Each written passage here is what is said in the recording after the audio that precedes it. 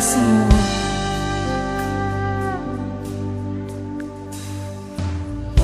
Minha casa será uma casa de bênção. Aleluia. Minha casa será um pedaço do céu.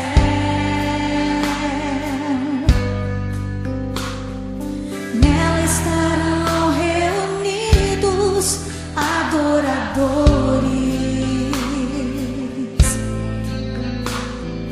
que só exaltam ao Deus verdadeiro e fiel.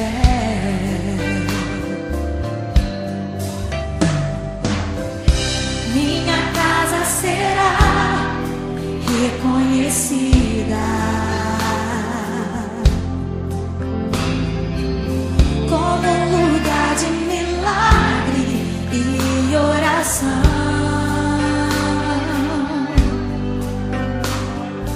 onde Jesus tem prazer em ficar, onde o Espírito Santo habita, onde há prosperidade, amor e vida.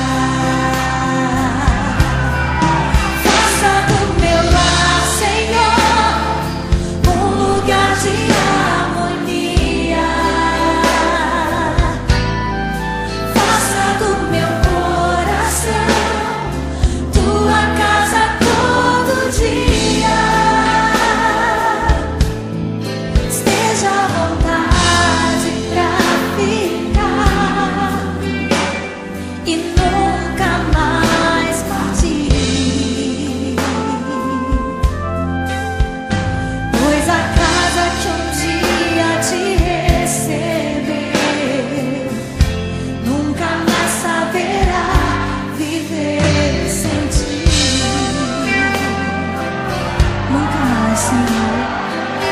Oh Deus, tu és necessário em minha família, tu és indispensável em minha casa, Pai.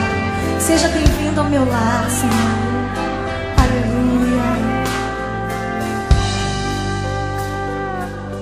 Minha casa será reconhecida. Minha casa será reconhecida. Eu creio. Como um lugar de milagre e oração,